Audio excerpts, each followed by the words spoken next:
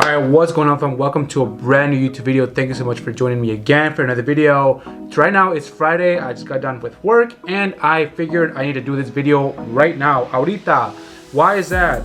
Well, because today's video is going to be very important, and it's going to be, I took it actually off my Instagram. If you're not following me on Instagram, you should. It's just this picture. Go look it out and go read it. It's Eric Gadea Fit. Go follow me. Today's topic is going to be how to lose fat while working a desk job. Why am I doing this video? Well, for those that don't know, I am no longer an in-person trainer, so I'm not on my feet anymore. I used to be an in-person trainer at Lifetime. Now I'm not. Now I'm in sales, so I'm working more of a desk job, not on my feet much. So I figured that this is going to be a great video because myself, I am going through this right now. So what happens when you are working a desk job? Well, you naturally will move less because your job requires you to not do much as far as physical activity, right? You're naturally going to be moving less. Thus, at the end of the day, at the end of the week, at the end of the month, at the end of the year, and as years go by, there's this thing called creeping obesity, which is very, very real, which means that you are naturally slowly gaining weight month by month, year by year, and 20 years later you're still working that desk job and you're 20 pounds, 25 pounds overweight. Why is that? Well, because you have been so inactive throughout all these years and did nothing to change that you are now a fat piece of lard. So we're going to talk today about how to avoid that.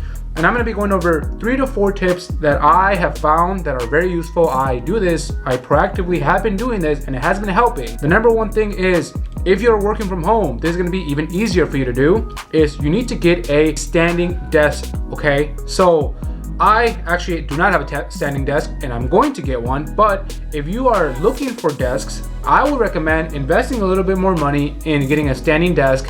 You can look online, probably $300, $400. It's a lot of money, but what is more important, your health or a desk? You be the judge, right? So I'll recommend setting some money aside, get a standing desk or save up for one, and it's going to allow you to already, just that thing alone, it's going to allow you to burn more calories because you burn way more calories standing up than doing nothing and sitting down. So again, get a standing desk and you're going to be golden. If you do not have one and maybe your office has one, then go to the office and do that there. Half of the time you're going to be sitting and half of the time you're going to be standing. So the second one is going to be, guys, ditch the elevator, start taking the stairs. If you're going to the grocery store, if you're going to work, park a little bit further away from the parking lot, park at the other end, walk to the office, skip the elevator. So if you were to do this, just this alone, 1, get a standing desk, 2, take the stairs. Those 2 things, you're ahead of most people in corporate America, I promise you, as far as movement goes, because most people do not do these things, okay? So that alone is gonna probably, honestly, it's probably gonna add another 1,000 to 2,000 steps per day. That, for me, it adds 3,000 steps per day, and that's not including me going to the gym and doing any cardio. That's just literally me being proactive, parking further away, not using the elevator, walking everywhere. Hell, I walk up here to the 6th floor on my apartment complex because those little things add up at the end of the day, at the end of the week, at the end of the month, and so on. So that's going to be the second one. Take the stairs, screw the elevator, no. Third thing, you need to pack a lunch, okay? If you're working a desk job and you're going to the office, I see this all the time. People don't pack their lunch. And, well, if you don't pack your lunch, then what are you going to eat when lunchtime comes? You're gonna go out to eat, you're gonna buy something that you probably wouldn't have if you were to have a lunch, okay? So I recommend packing a lunch, and if possible, depending on how hungry you are, pack 2 lunches.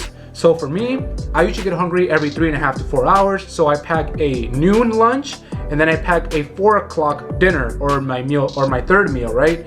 Because I don't wanna risk me not having food and get hungry and then just having to go out of my way to go buy something where I wouldn't have if I had actual meals prepared. So pack your lunch and pack enough food to ensure that you're not gonna be hungry and not have any food available, okay?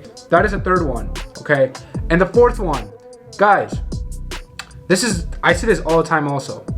Most corporate America, okay, wakes up, makes breakfast, goes to work, is there for 8 hours, is stuck in traffic as they're driving back home, plays with their kids, you know, says hi to the wife, has dinner, sits on the couch, watches TV, goes to bed, and then the next day is the same bullshit again for the whole week, Monday through Friday. Most people in America do this, okay?